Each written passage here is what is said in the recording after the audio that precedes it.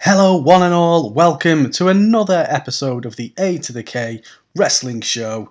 As always, I am Carl, and joining me as always, the man with a plan. He puts the A in A2theK. It is Anthony. Hi, it is me. It is him. Good evening, one and all.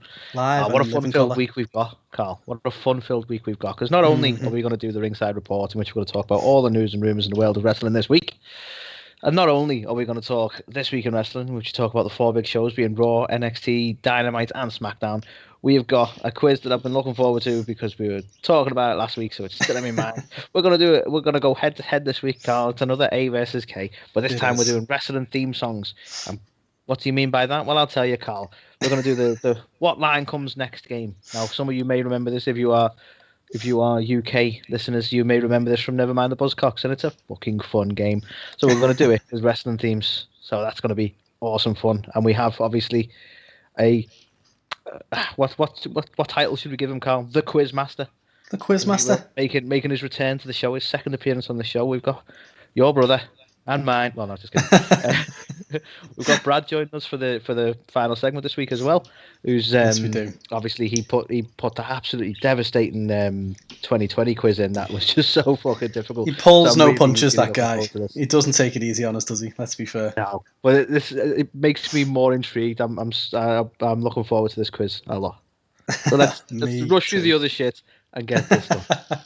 Well, if that's the case, obviously what we have to do, Anthony, before we jump into the latest news, we have to kick off with our pal Road Dogg with our Oh, you didn't know? That's right. Nice. The Oh, you didn't know, A2theK, little known fact of the week. And Anthony, there's been a lot of talk, hasn't there, out there about the Forbidden Door, and in the midst of AEW working, with the likes of Impact and New Japan, amongst others. But did you know ECW actually opened the shit off that Forbidden Door many, many moons ago? Because, Anthony, what if I told you that in April 2000, a WCW wrestler faced a WWE wrestler for the ECW title at an ECW TV show? I shit you not. Now, you say 2000, so this was on the edge of them being bought anyway, right? Pretty much, but still. But it was still an ECW product at this point. It was still the ECW show. It was still a WCW guy holding the ECW title, and it was a WWE guy challenging for that belt, as Mike Awesome, who was the current ECW champion, left ECW for WCW and took the title with him. Of course, Paul Heyman shit his pants and called up Vince and said, "Vince, help me, I need Taz." And he went, sounds, Taz, go and help Paul Heyman. So we got Taz versus Mike Awesome, and Taz beat the shit out of him in about 10 minutes and won the ECW title while employed by WWE. However, he would later drop that belt a week later to ECW's own Tommy Dreamer. Wow. So there you have it. The more you know, Carl. The more you know. So Forbidden Door, all this talk, been there, done that. Simpsons did it or something. And that was the little known fact of the week. Oh, you didn't know? It's funny because I can't actually hear that sound. So one of these days, I'm like, it's going to be the wrong sound, and it's going to be something like mental, and I'm just going to be there going, "Oh, you didn't know," in the background. Adult film noises. Oh. How did that get swapped? Oh, you didn't know. Oh. Yeah. That's it's crazy, Nick. Because so what you're saying is with that fact that we've just had from Oh, you didn't know, is that AEW are just continuing to repeat the Attitude Era. Pretty much. You know what I mean? God, shocking. Absolutely shocking. So, Carl, let's talk about the Ringside Report, shall we? I'll run through the headlines and then we'll do some talking because that's how it works. It's what we do. Yeah. So, coming up tonight in the Ringside Report, we have seven, Carl, New Japan Pro Wrestling stars who tested positive for COVID. I really should have gauged my enthusiasm by reading that first because I was a bit too happy about that. But here we are. AEW fans are unhappy after Blood and Guts ending. What's new? We have Vince McMahon, or a Vince McMahon TV show, should I say, is in the works. We have of all things I never thought would be in this show, we have a 90-Day Fiance star making a wrestling debut. And thanks to my wife, I know exactly who that person is. We have an AEW. We have some AEW Dark. Oh, sorry. Is it Dynamite Dark? It's AEW Dark, isn't it? Not Dark. AEW Dark. Yeah, obviously Elevation as well, but yeah. Yeah, AEW Dark. Anyway, we've had a number of stars try out for WWE. We've had one Jordan Grace signing or re-signing with Impact Wrestling. We have Court Bauer talking MLW and WWE rumors. We have Lance Storm responding to Mick Foley's tweets about an all-women's show in WWE. We have WWE filing a trademark for a Blair Davenport. And we have, lastly, John Cena teasing a WWE comeback. Those are the headlines, Carl. Do you want to kick us off with the first one? The unfortunate news of the 7 New Japan stars. Which I'll try and sound a bit less excited than you did. Oh, good God, no. So, unfortunately, as you said, Anthony, 7 New Japan Pro Wrestling stars have tested positive for COVID in the last week. However, that is 7 additional. So, obviously, we had 2 New Japan stars who had already tested positive, and now this is 7 additional members of the roster. So yeah, not great. But yeah, so obviously seemingly there was no connection between them except that they all the only thing, and it's probably not related, is they all went to a Fozzy concert, but I'm sure that's nothing to do with it. Yeah, I'm kidding, of course. Yeah, that is not true. Chris Jericho is a safe man when it comes to COVID. You are a terrible person. But no, so basically we found out quite a few wrestlers were pulled from one of their shows. So the likes of Kazuchika Okada, Minoru Suzuki, Yoshinobu Kanemaru, and El Desperado were amongst the wrestlers who were removed from the card of the 2-night event. But yeah, so 7 additional cases in the aftermath of the event as well were found there. So obviously New Japan have come out and said that they've strictly implemented, COVID-19 policy under kind of expert guidance and advice, including, everything that you would expect from temperature checks and blood oxygen saturation checks and, PCR testing and stuff as well. So, yeah, it's a bit of a sad state of affairs, that really, isn't it? If you think about obviously how long we've been in this pandemic for, and obviously there's a lot of different cases around the world, and obviously India's rife with a new variant and stuff as well, and we've seen a lot of stuff kind of going on. So hopefully we're going to see the back of this thing pretty soon. But yeah, hopefully anyone who has tested positive in the New Japan show or on that roster is safe, healthy, and heals up soon, because as we know, it's no joke. No, it's not. And like you said, I don't think I could put it any better myself. So shall we move on to some other things? Let's move on to some petty shit, shall we? And I don't know, Carl, do you want to talk about all this here, or do you want to talk about all this when we get to Wednesday night? I mean, we can talk about it a little bit. Obviously, we'll elaborate on it when we get to the Dynamite coverage. But yeah, they've taken a lot of umbrage, haven't they? Essentially, a lot of people at this point will hopefully have seen Blood and Guts, which, for the record, and I'm sure we'll talk about it properly when we get to This Week in Wrestling, but it was a really good show for the most. AEW have suffered the same problem they did in the last pay-per-view, where the ending is probably going to be remembered more than the pay-per-view. It's a pay-per-view, sorry. Is it a pay-per-view? They didn't pay, but it's a unique show. I don't know, unique segment. But anyway, so essentially we had the infamous probably, fall from the cage that Chris Jericho did, and obviously I think this is purely the camera angle to blame, to be honest with you, because I mean, come on, realistically, what else was going to happen? He wasn't going to land on the floor. But they made it very, very fucking obvious that he landed on a big crash mat and a load of cardboard. And this just echoed very similarly to the exploding barbed wire match, where it kind of ended on more of a fizzle than a bang. And I think we are AEW fanboys, I think that's fair to say, Carl, but I think it is clear that they do have some production issues when it comes to these things. Yeah. But this has received, whilst the pay-per-view seems to have received overall positive feedback, it seems they're getting a lot of backlash from the fans now for the way, like, basically 2 in a row we've had in this sort of fashion with this sort of stuff that, I mean, you go, well, they're not that old a company, but again, there's a lot of experience within that company. So, you know, in some respects, I can kind of get what people are saying, like when the fans are like, there's kind of no excuse for it, because, you know, they do know the business really well, but I don't know. It's they're trying to put on the best show they can, and you know what? They took so much shit over the Matt Hardy incident that I'm surprised there wasn't more crash pads there. In all honesty, like they really don't want to have that kind of incident again. You know, so it's funny, really.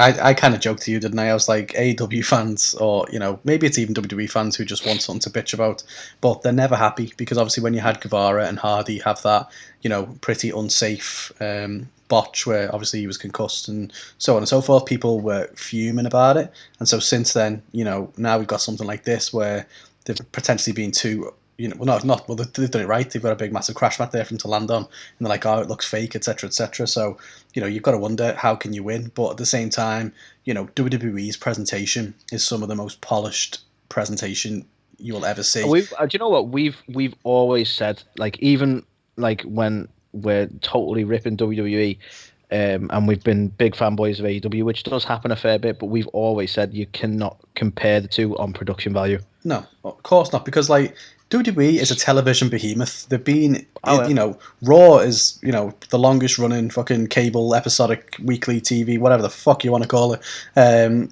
for, you know, going ever. So, you know, they've got decades and decades of experience of doing this, and they are brilliant. Sometimes too good at it, you know, to the point where it ends up looking bad. You know, I'm sick of seeing CGI stuff. We'll come on to that on SmackDown later.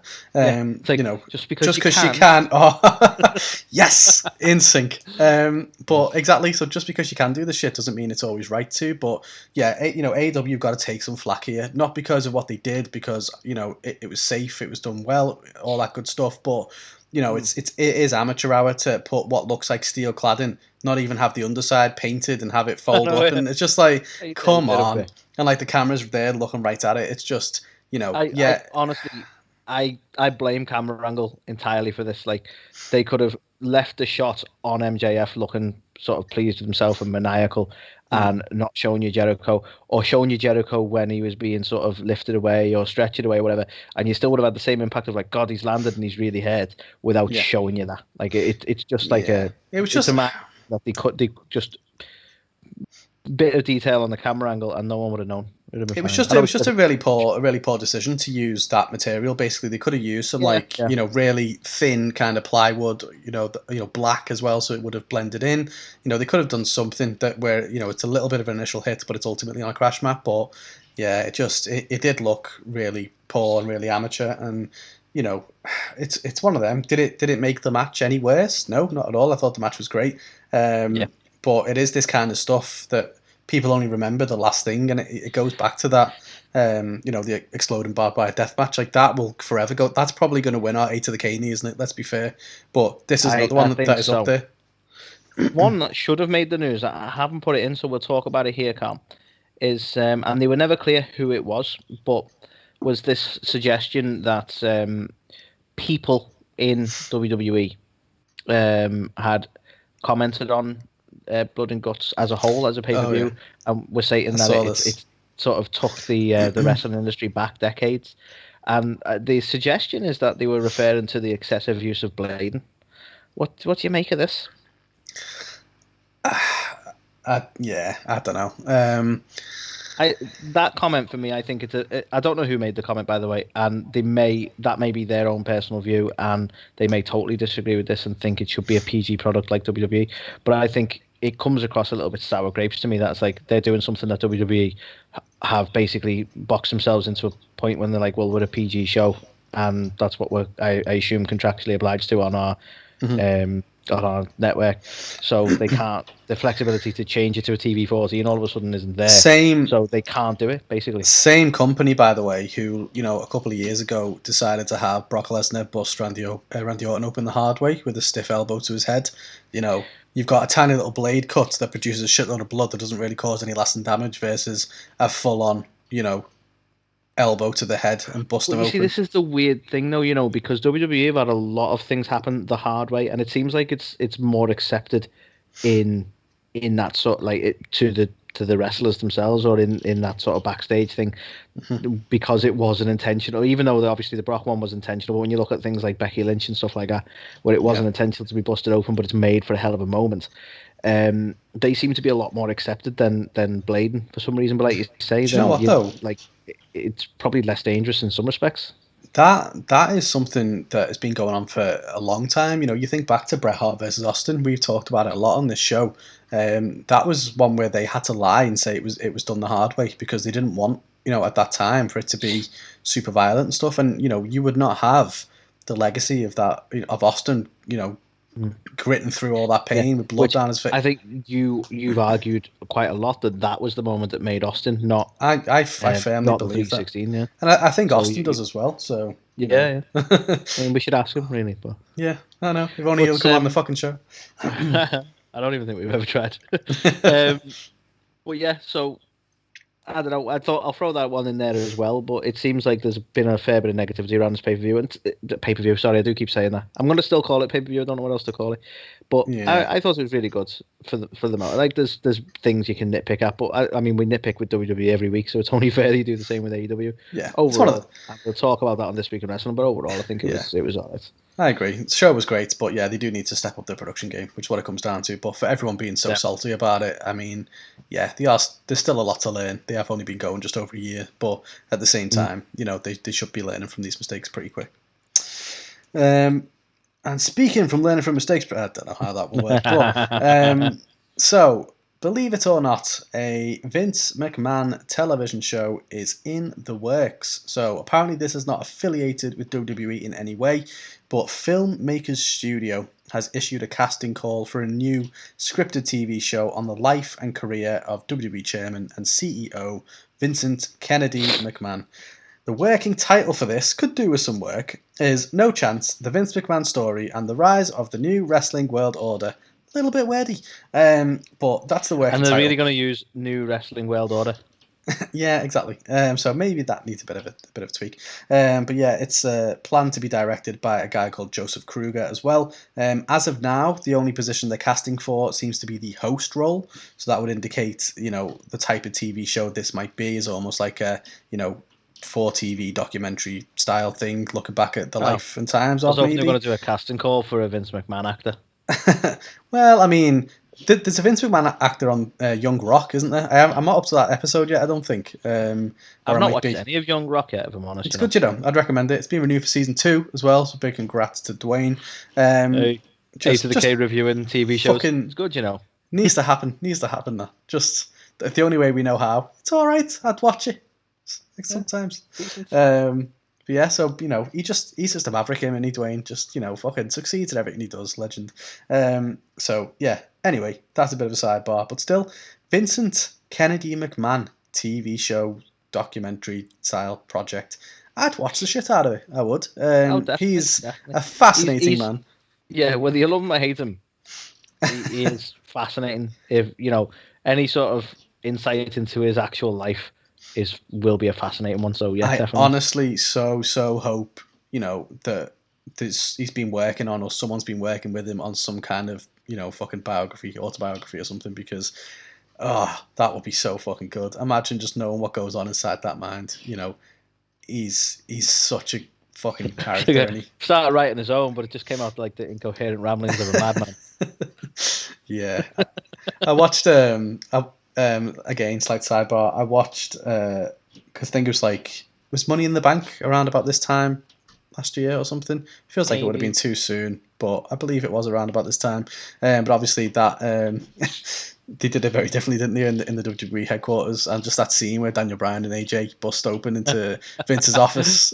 That was good, to be just fair. Absolutely tickled me. But he was scratching something down on a little yellow notepad, wasn't he? Part of me is holding on hope that he's just writing down his little memoirs going there. But anyway, yeah. No, it's like Otis lunchbox. Good shit. Pretty much how it went. Put food in lunchbox, even better shit. But yeah, I don't know. I think if we do get this and it does get greenlit and it becomes an actual TV show, I will definitely watch it. But yeah, it's a bit surprising the fact that it's not affiliated at all with WWE in any way, shape, or form. So whether or not it would be blocked or there'd be issues there, who knows? But yeah, apparently it would look into his time basically, taking over each of the territories one by one and kind of building the wrestling empire that he has today. So, yeah, sounds fucking awesome. Hopefully it gets made, and yeah, I will watch the shit out of it. Indeed. You know when you say like taking over the wrestling territories one by one, it just sounds like he's playing a life-size game of Monopoly, doesn't it? I mean, pretty much he is. If he had a beard and a little monocle, tell you, not a beard, mustache, same shit. I can't grow either, so I forget what they are. Yeah, but yeah, he is the Mr. McCopoly man. Yeah, that could work. So, Carl, right, there's going to be more talking about this next one than you expect, I reckon. So, okay, we mentioned 90 Day Fiance star Paola Mayfield, or Paola Blaze now, if you will. She is obviously famous from doing 90 Day Fiance, so caught a fair bit of social media buzz, and she is like. And I want to stress this because it's going to be relevant to what I'm talking about in a sec. But like, she's already got like 1 million followers, right? So she's fairly famous anyway before approaching the wrestling world. But as obviously she's had a passion for wrestling. She's even referred to the likes of Paige and stuff like that who've inspired her, and has decided, fuck it, I'm rich and popular. I'm gonna have a go. So she's decided to venture into a wrestling career.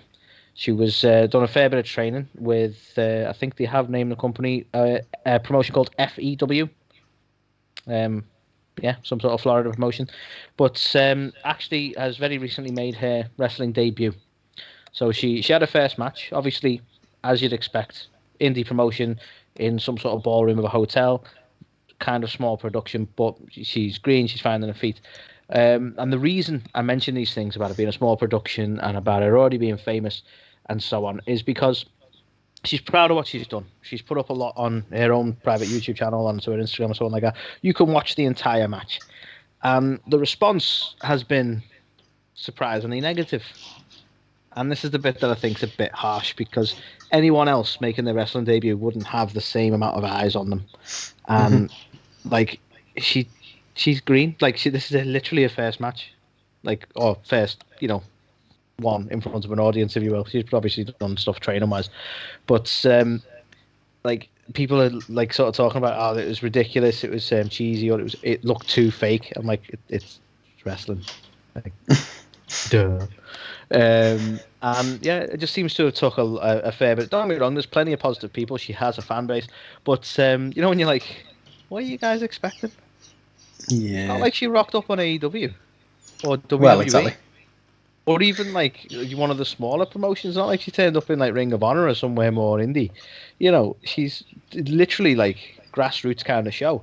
And because she's got that fame and that attention, it's like, it's shit. She should go back to doing reality TV and stuff. It's like, for fuck's sake, can't win. Yeah, it's a very unkind world in which we live. Let's be honest. I think let's look at Mike the Miz Mizanin.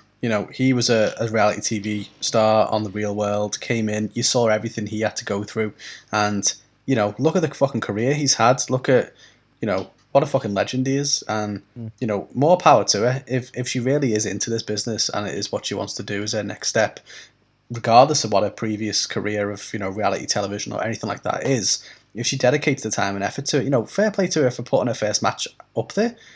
So many people will be like, God, I would never want to do that, but she's open with it, and a first match, it's not an easy thing. For anyone who's commenting, which there'll all be a bunch of keyboard warriors anyway. Honestly, the people giving the edit and shit. Yeah, like come on, all right, it's fucking. What do you think this is? Spielberg over there, but yeah, I don't know. I think. Yeah, fair play to her for putting it up there and stuff and for going after a dream. And I think to anyone who wants to do anything in life, fuck the haters. Just keep plowing ahead and do it. I think that's why I've got a soft spot for this tale, because I'm like, I'm always like, I'm on her side straight away because she's trying to live her dream. And I'm like, that fucking go for it. You do that. Let's get her on. Let's get her on the fucking show. Let's do it. Let's get her on the show. But yeah, so I thought I'll give that a mention because it's really cool. She's trying a new career, and hats off to her, and I hope she carries on. And do you know what? If you take away all the stupid shit of going, oh, it was a bit this, it was a bit that, and you look at like this is someone's first ever public match, I actually think it was pretty good. I watched it.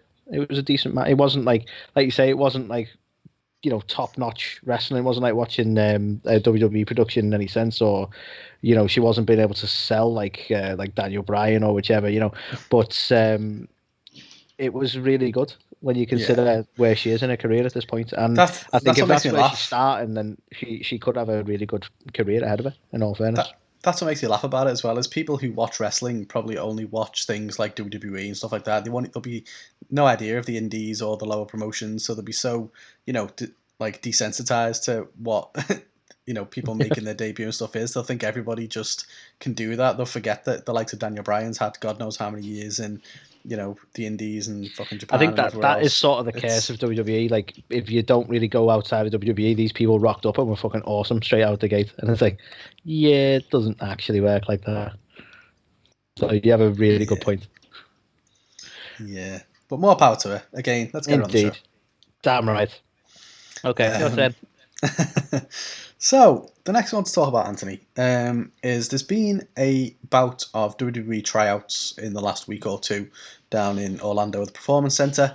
And it's emerged that a number of talent who have worked AW Dark shows have actually taken part in these tryouts. And there's a couple of interesting names that are mentioned here, because they're not just like people who've had one-off matches and so on and so forth. They're quite ingrained within AW and specifically Dark. So the first name that comes up is Tesha Price. Now she has appeared for WWE previously, so she wrestled Britt Baker in a Dark match on the Mae Young Classic, but she's been making appearances on Dark now since end of last year. So I think she's had over 20 different appearances on Dark, and she was even on Dynamite at one point in a match against Abaddon. So interesting. Do you think this is AEW being a bit too slow to pick up talent? Like she's put a lot of time into Dark and they haven't signed her. Do you think this is almost like a power play?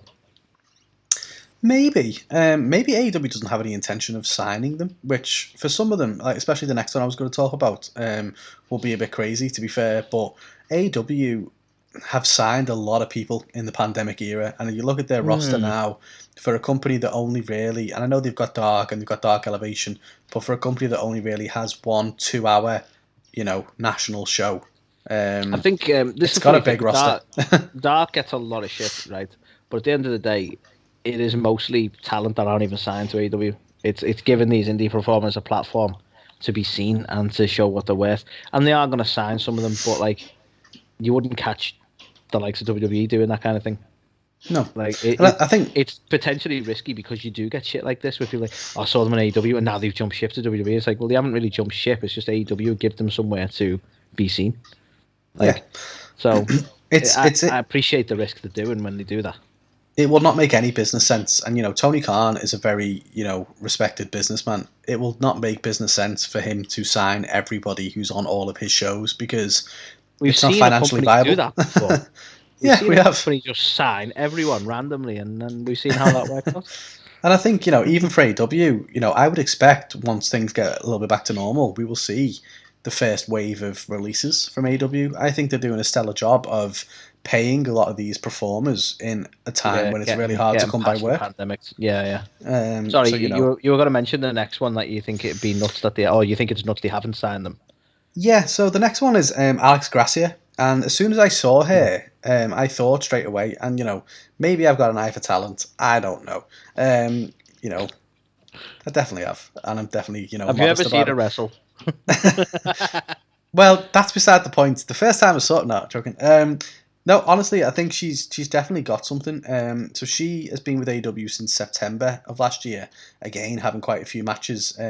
She even fought Shida on an episode of Dynamite last year, and that was the first time I saw her properly. But I've seen her a couple of times since as well. And I think she's definitely got a place in a bigger company. So be it the likes of NXT or be it AEW, but there's certain talent that you see, and even like Layla Hirsch is another one like this. I think they might have signed her now, but even when I first saw her, she reminded me of Taz in a way, and I don't mean that in any disrespect, but like she's got that kind of gimmick. Come out with a towel on her, yeah.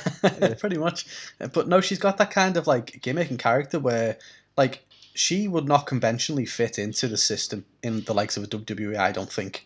But you've got someone like a Taz who came in and he was like 5'9" or something like that, but he could go and he was like a monster, and despite his size, he was booked as like this monster heel and was throwing everybody around. And Layla Hirsch is like that, I feel, for the women's division. So she was another one. But I think that's actually a pretty good comparison, to be honest. Now you've explained it.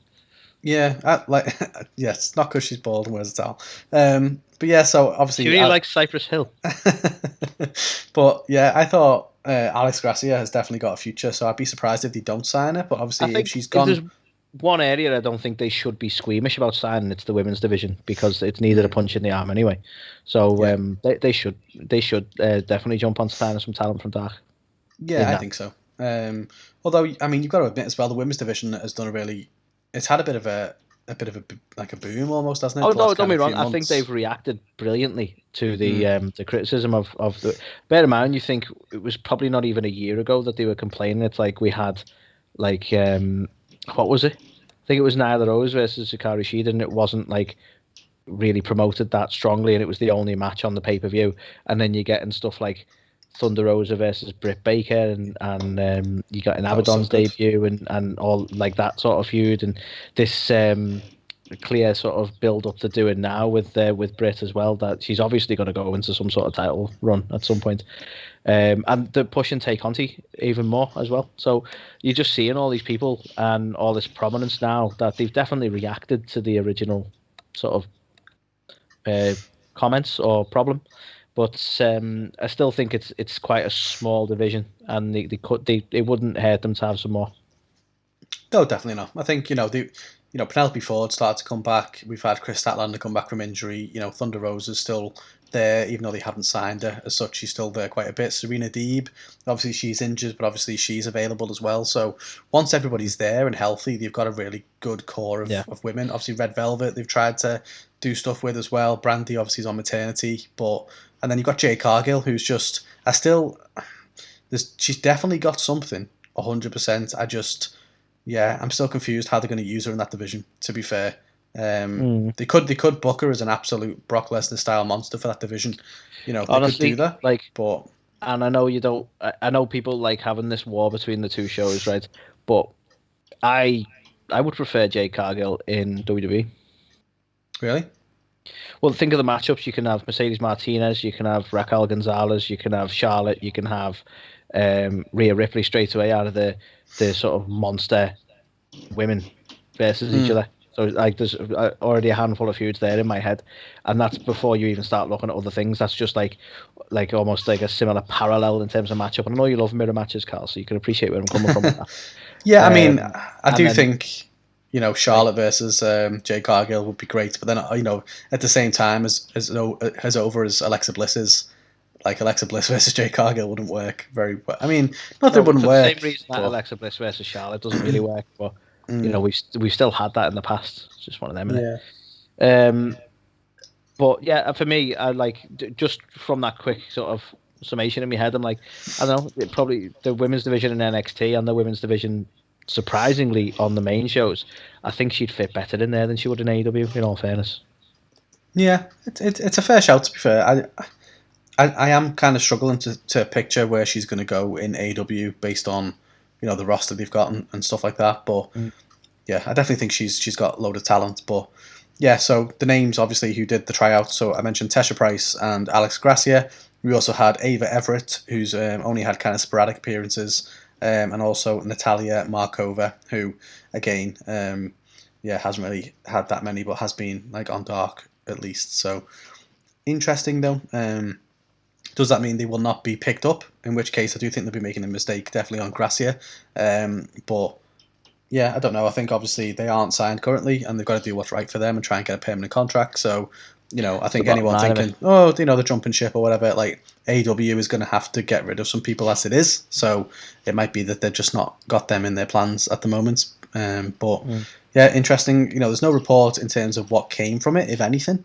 Just that they have taken part in some tryouts. So it'll be interesting to see if any of them do actually pick up a contract with WWE at any point. Nice. So, speaking of awesome women wrestlers who... No, she didn't try out for... Well, she might have tried out for WWE. She hasn't recently, anyway. But, next one, Carl, and it should be a fairly quick one because it's nothing that I don't suppose will surprise you, but there was a bit of question of it for a while. And we're talking about Jordynne Grace, or I assume I'm pronouncing that right. Jordynne Grace, it's spelled differently. Jordynne Grace of TNA Impact, or just Impact, because we don't say the TNA anymore. That still confuses me. She's a former Knockouts champion, Carl, as you might know. Again, I didn't follow Impact as much as you, so I don't know if you're familiar with it. However, the reason she's making the news this week, Carl, is that she has basically signed a multi-year contract extension with Impact, so she is going nowhere anytime soon. So obviously there was rumours and speculation. I don't know why. When you said that, I took it the opposite way. Like, she's going nowhere in life because she's staying with Impact. You know what I mean? No, I mean, like, she's sticking with it. But it's interesting. You don't get this very often, right? She's made a name for herself. Because I don't really watch Impact, but I've heard of it. And she was like one of the bigger things in the Knockouts division for Impact, and her contract was coming up, and there was a lot of speculation: is she going to sign here? Is she going to sign there? And I think a lot of people were expecting her to jump to somewhere for more money, essentially, for jump to AEW or even WWE for a bigger contract deal. Because Impact, all due respect to them, are one of the smaller fish in that sense, in terms of the money side. So I don't know. I think it's nice to see this is where she's made herself, and this is where she wants to stay. So she signed a multi-year deal. I think it's an awesome commitment to make to the company that sort of she's made herself in. You know what I mean? Yeah, definitely. I don't think you see that all too often. No, I think as well, if you're happy there and you've got if you're happy and you know it, sign a deal. But yeah, fair play to her. If she's happy there and she wants to stay with the company, that's cool. I think obviously Impact have got a good thing going at the minute with that partnership with AEW. So we may even see her. That's something we haven't really seen. It's been very sporadic in terms of any TNA or Impact guys coming over to AEW. It's obviously been a little bit the other way. You've seen Kenny Omega rock up pretty much every week, and you've seen obviously the Good Brothers come onto AEW, but. This might not be a comment everyone agrees with, right? But I really like the way the Forbidden Door shit is being handled, because I feel like it's been giving people what they need. The door was opened between NWA and AEW, and they brought Thunder Rosa over because that's what AEW needed. They need boss women, and they needed help in their women's division. But you haven't seen the likes of Nick Aldis come over, because that would just be another big burly bloke in a sea of big burly blokes. That's one division that they're doing fairly well in. And then similarly, you've got with Impact, and this is where people might not totally agree, but they don't really need a flood of their people going over to AEW or anything like that. They needed eyes on Impact. So what do? They send Kenny Omega, who, to be fair, in his current iteration is actually really kind of interested and charismatic, and people are getting invested in this arrogant heel, this belt collector thing, and he's putting eyes on basic. I would say he's putting eyes more onto Impact than he is onto AEW. Yeah, I'd agree with that. I like the fact that it's not just all about AEW is not just bring your talent to us so we can use them. It's like this everyone's got this sort of deal going, and it's giving them what they need. I quite like that.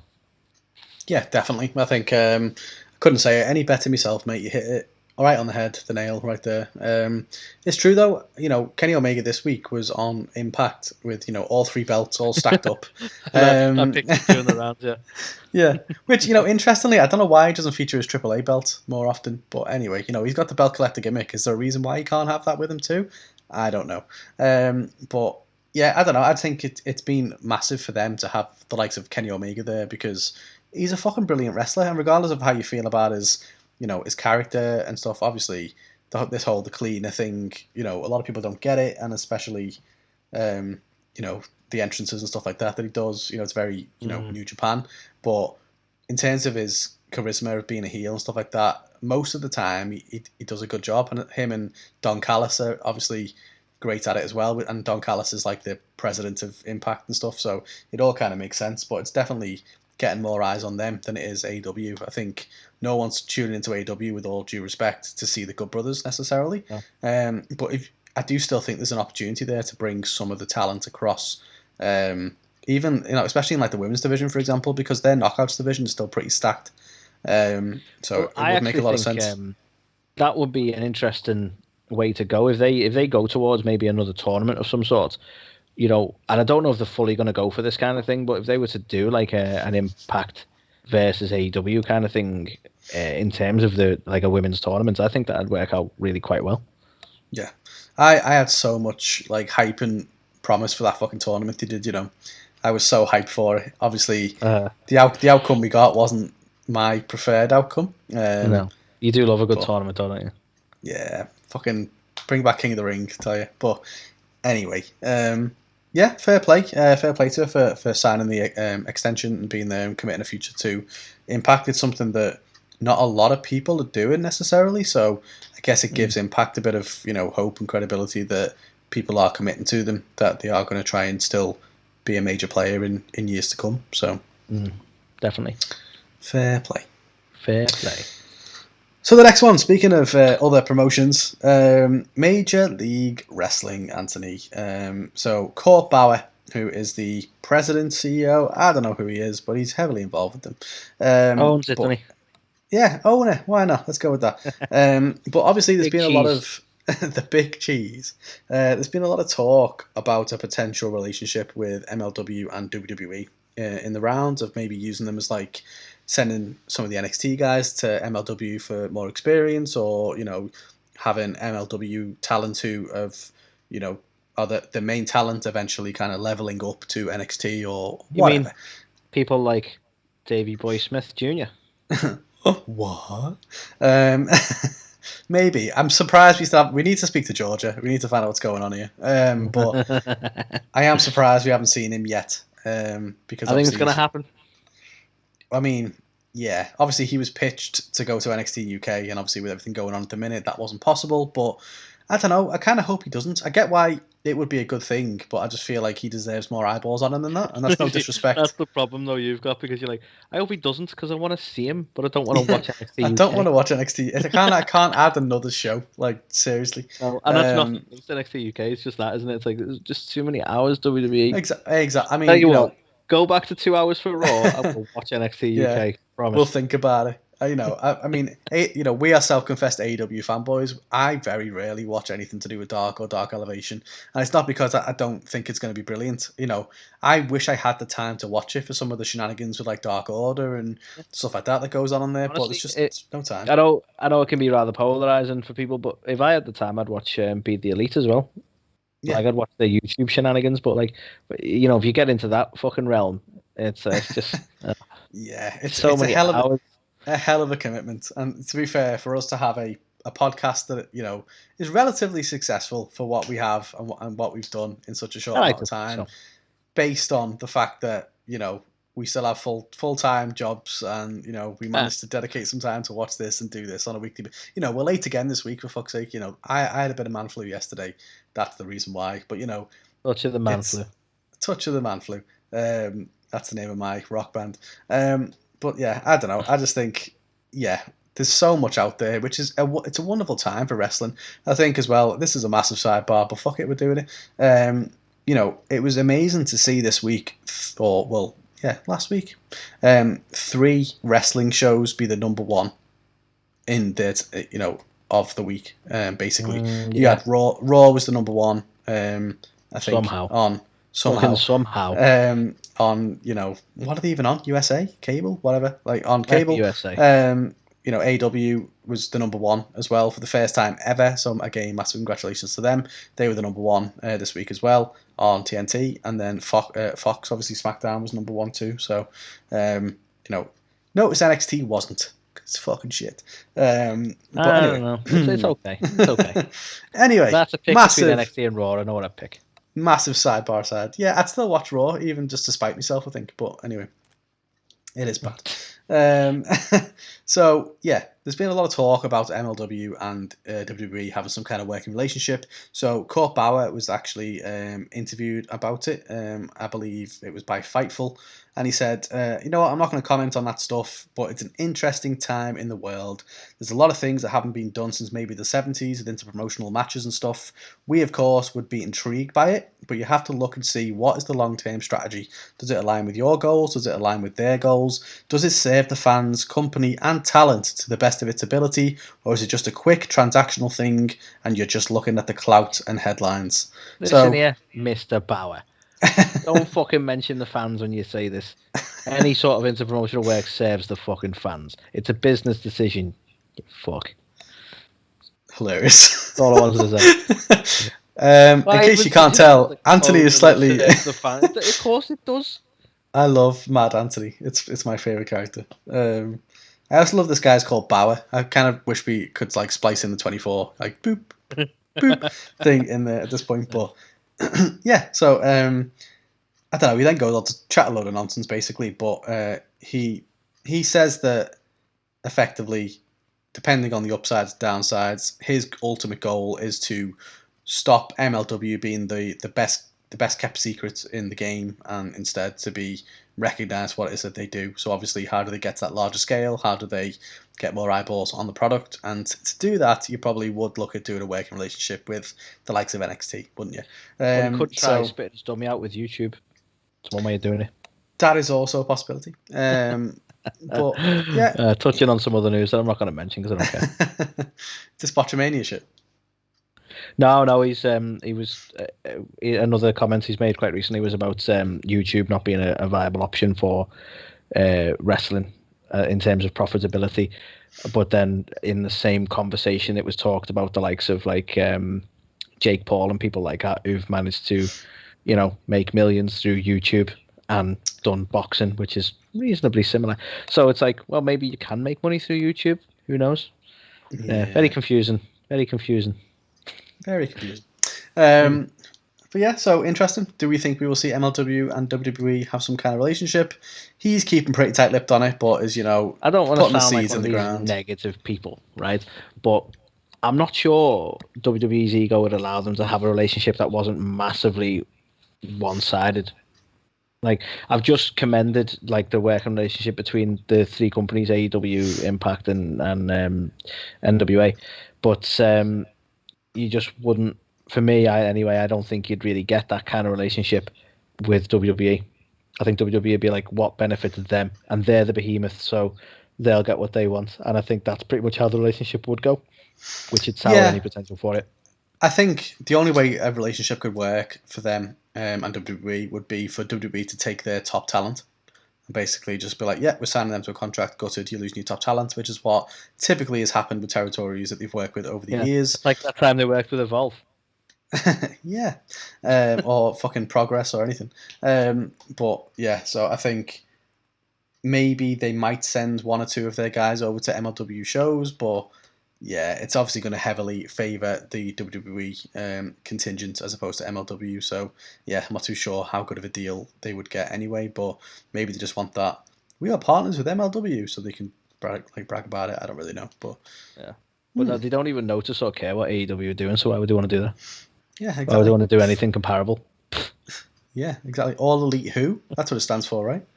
But anyway. So, next one, Carl. And I'm interested to know your take on this, right? So, and we actually talked a little bit on this this topic anyway when we were drinking whiskey and talking wrestling. Mm-hmm. Now, this refers specifically to Mick Foley's comments about a women's brand, in which he publicly tweeted, "Dear Vince, an all-women's brand needs to happen in WWE unless you want AEW to beat you to the punch. Sincerely, Mick." Now, you and I both commented about that fact that he made that sort of tweet, and we talked in general about women's wrestling, and some of the thoughts I think we both agreed on with that. If you take all the women and put them in their own brand, it doesn't really help unless obviously you keep them on the main shows as well, and then their own brand becomes pointless. And funnily enough, one Lance Storm has responded to Mick's tweet, and his response was, Would the women no longer be on Raw or SmackDown? Question mark. I think this is a much more complicated decision. If the women, especially the top women, remain on Raw and SmackDown, then the all women's show will struggle. If all the women's show, if the all women's show is on a lesser platform, it will feel like a demotion. And that is a more articulate way of saying exactly what I was moaning about. Is that like if you, it feels more sexist to go, let's take all the women and put them in their own show, and that's that's sort of the. I don't know, because Mick hasn't obviously gone into detail about how he would do this, but I don't know if that would be the intent. But then it becomes a weird sort of separation, doesn't it? Even if they go, well, women will continue to be on Raw and SmackDown, but they're also going to have this women's only show. That becomes a weird separation in itself. It's a really difficult thing for a company like WWE to do. Like, and we mentioned this a fair bit on Whiskey and Wrestling, so I won't harp on. But this is exactly my point. When you have a promotion like Mission Pro, which that is all they do, it's totally different than having a company like WWE that already have top men and women wrestlers on their shows. It's a totally different thing. To put that separation is just going to be really fucking difficult and confusing. Yeah, what do you make of Lance's comments, Carl? I agree. To be fair, he's asking the right kind of questions. It is. You know, I was very against what Mick said, and I think I said on Whiskey and Wrestling, I was like, typically I would agree with Mick, you know, most of the time, because he knows what he's talking about. But I just so fundamentally disagree with that. I just think that what needs to happen is they need to build compelling, interesting storylines for the women's division, the same way they do the men's division, and give them adequate amount of time to tell them stories. What they need to do, right, is get rid of these sexist dipshits who do the writing, right, or keep them and don't tell them who they're writing for. Just say, we need some stories for these wrestlers, and they only find out after the fact whether they're men or women, because the story shouldn't fucking matter anyway. Yeah, no, it's true.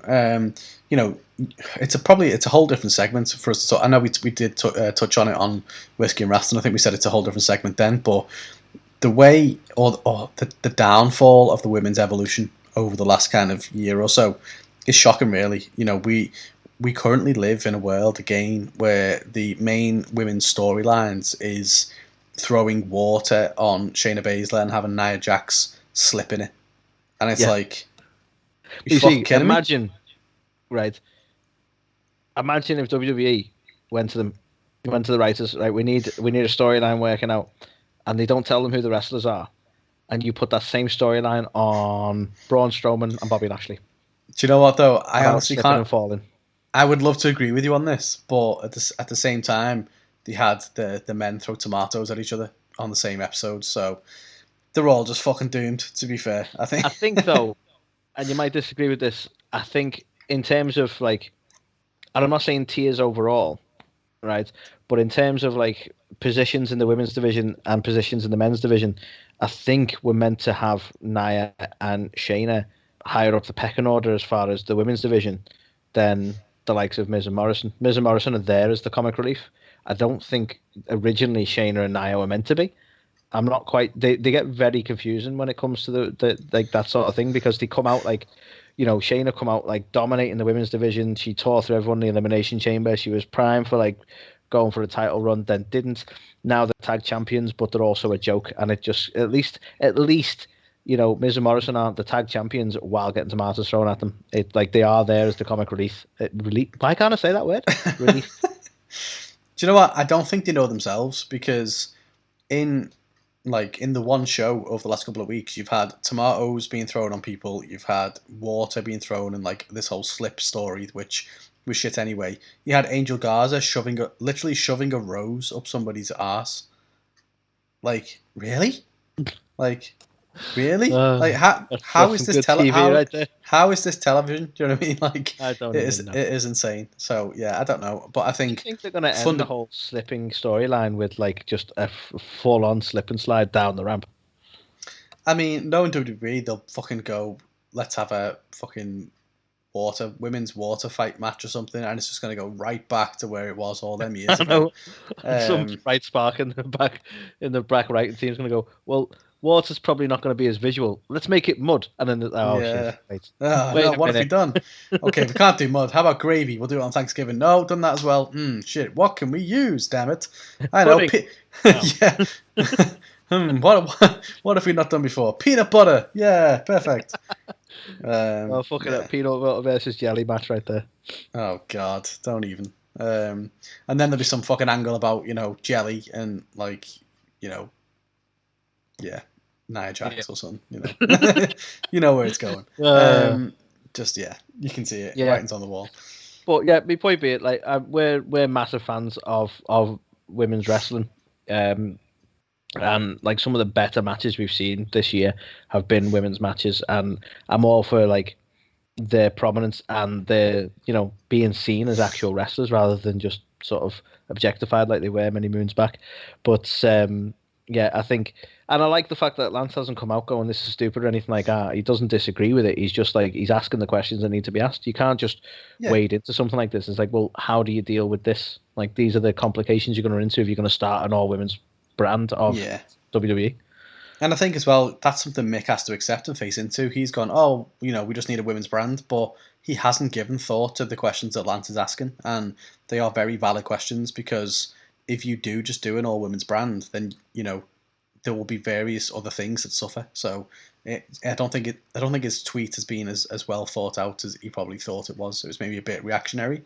I also don't think AEW are planning on doing an all women's brand either, so I don't really know where it came from. But I think it's almost been this triggering thing, isn't it? To go, well, you better do it before AEW beat you to it, but they're not competing ever. No. Not a competition at all, yes, Triple H. But I think it was just a throwaway comment. It was they're their biggest rivals probably at the moment, so let's mention AEW. But again, why would AEW do that when you can just feature women properly on your show? You don't need to separate them. Exactly. So Lance, please be serious for a minute, because you've got a very serious point. You caused a storm with that one. Hey, Canada. I have nothing else. So speaking of serious for a minute, let's look over at WWE corporate.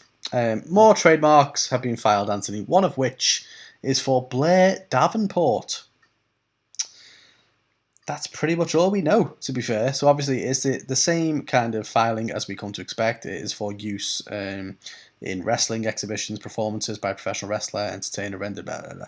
Won't go into the whole spiel. But Blair Davenport, so there's no indication whether this is going to be for a new WWE signing, someone they're calling up, someone they've got in developmental that they haven't brought up to NXT yet, or whether it's actually for an existing talent. But yeah, Blair Davenport, what do we think? Do we think it's a anything? You're more NXT focused than I am because you have to report on it. No, I think this is going to be the next name for Bianca Belair when they change her gimmick into someone more serious.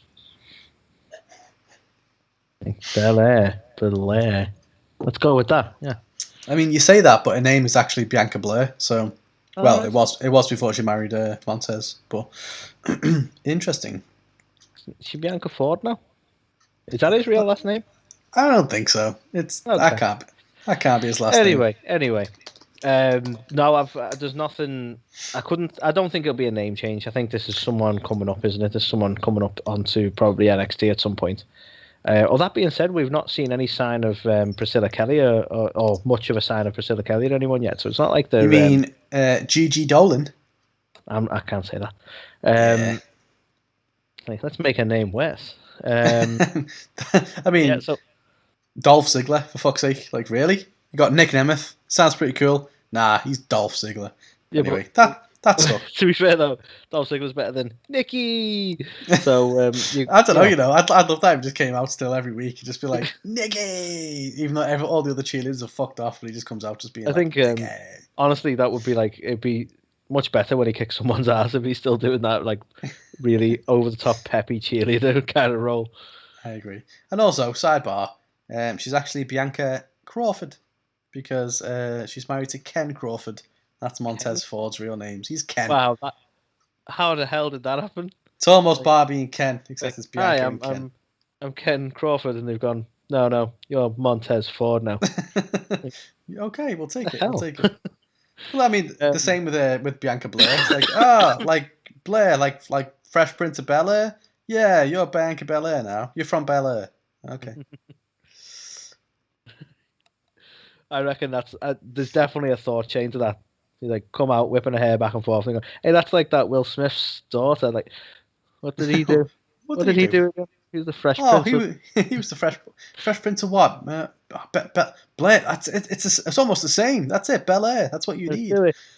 So yeah, just a small one anyway. But who knows who Blair Davenport is? That's going to be the storyline. Who is Blair Davenport? It is. But yeah, I don't think we're going to know for a while, if I'm honest. As much as like, I don't want to be like, well, yeah. But they trademark a ton of shit, and looking at the length of time they've taken to debut. I mean, I suppose she has technically debuted, but they're just not using them, like Priscilla Kelly and the other one that they signed, whose name I keep forgetting. Oh, you know the other one? That one. Yeah. They also got fucking Valkyrie, didn't they? But she's only has she even appeared yet, just with a little dog? Actually, yeah, that's a good point. They did sign her, I think. And yeah, I don't think we've actually. She's done like. Has she not done some weird stuff with like a little dog or something? Am I making that up? You might be making that up. I don't recall seeing her, but maybe you saw her on Raw. You know. Yeah, why not? Where's her husband at the minute? What brand's he on? He's on Raw, so she might have been on Raw. Okay. I said husband. I could be wrong. Who are you talking about? Isn't she with Johnny Morrison? Oh, maybe. Yeah, okay, we'll go with that. I could be wrong. You're making me doubt myself now. No, you're probably right. I don't know. All right, then. Yeah, so moving on to the next one, Carl, which is... the last one, I think. It's fairly... it is the last one, but it's also like something, maybe, but probably nothing. Who knows? It's John Cena. Is he making a WWE comeback? He is. Is he? He is. Is he? He is. He's coming back to Monday Night Raw in 2 weeks' time. No, he's not. You see, this is the thing, Carl. This has been the fun. This has been the fun they've had this week. So, John Cena, for no reason at all, put up a picture of the WWE logo on his Instagram and led people to think, "Oh, is he coming back?" And then a troll WWE account, which was WWE, put up a news thing saying, in 2 weeks' time, John Cena makes his return to Raw. And even other wrestlers took it seriously, liked it and retweeted it and stuff.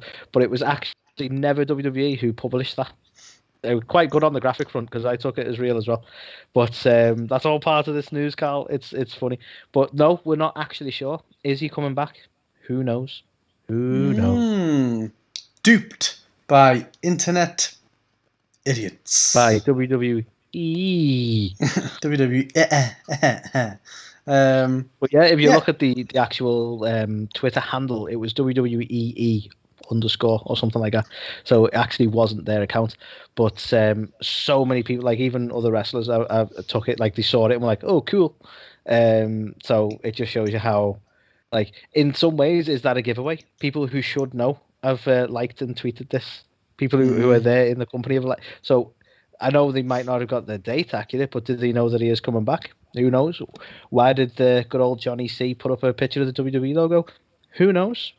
Interesting stuff. Yeah, I mean his Instagram account is just something else anyway, isn't it? So you'd never know what it is he's tweeting about or why he's putting it for the most part. But yeah, I don't know. You know what? Most of the time, I just see him try and put inspirational things. Oh really? I just normally see just random images of like fucking. Like, I don't know, objects and things. I'm so glad you finished that. See random images of fucking... I don't think you're on oh, shit. My bad. But yeah, no, fair enough. I'm just thinking, is it Twitter then? It tends to put up like random sort of sayings and phrases that are inspirational in a way. Anyway, I don't know why we're talking about... Normally, it's just like... Stone Cold S word, like that's normally his thing on Instagram, just like Stone Cold Steve Buscemi, kind of thing. Because why not? But yeah, I don't know. I think it would be pretty random if he did come back just on a random episode of Raw. Interestingly, a lot of people. I never actually interpreted it this way because I don't think John Cena is ever truly gone from the business, to be honest with you. But a lot of people took his match with The Fiend to be a sort of retirement, because of the way the match went and the way the story was told. And the more I think about it, the more I think that would be a good note to go out on. But he always strikes me as the type of person who's every time a WrestleMania or something rocks up, he'll be there. If he has the time in his schedule, he will be there. He is one of them people that obviously he feels like he owes Vince a lot. I hope he doesn't do a Shawn Michaels and just turn up bald and have the worst match of his career to finally be his retirement match. But yeah, I think, I don't think we're done with Cena, definitely. Or he's just like, I'm always there, you just can't see me. I would love that. I've always been here the whole time. But I think that's the reason this fake tweet was so believable, because straight away, I joked with you about this when I saw it, and I thought it was real, and I was like, okay, yeah, Raw's getting a bit criticized at the minute because the ratings are continually declining, and the network probably won't be happy with that. So it feels like a reactionary thing to go, well, let's get John back. That'll get the kids watching again. It was so believable. So, I reckon if Vince asks, he's kind of like the Undertaker in that sense. If Vince asks him, he'll come back. So yeah, I don't think he's ever truly retired, personally. No. Yeah, it's a weird one, isn't it? I feel like they've got a finite amount of aces, up the sleeves now these days, and eights, yeah. But they've always had the retro Raw, or the Raw reunion, the Legends, even on SmackDown, obviously this week, which was awful. That was a little grab me, wasn't it? Let's do a retro episode, and it's they've got less about that. They've got less and less of these cards that they can play to get ratings anymore, which is a worrying time, really, because. But again, this is it was never a long-term thing, was it? To go let's rely on the Legends. They needed to build stars, and people have criticised a lot that they haven't been building new stars. And it's a sad fact to say, we're getting to a point now when you're gonna have less and less Legends each time. So what are they gonna do? What are they gonna do, Carl? It's definitely worrying. I think obviously they've done a lot of good work, even the likes of Seth Rollins and stuff, but where he is on the card at the minute, that's not, they're not getting the value that they need from him. So, yeah. Yeah. So that was the last one, Carl. Is John Cena coming back? Maybe, possibly. Or maybe he's always been there and we just couldn't see him. And that, Anthony, was the Ringside Report. And we'll be back discussing This Week in Wrestling right after this noise.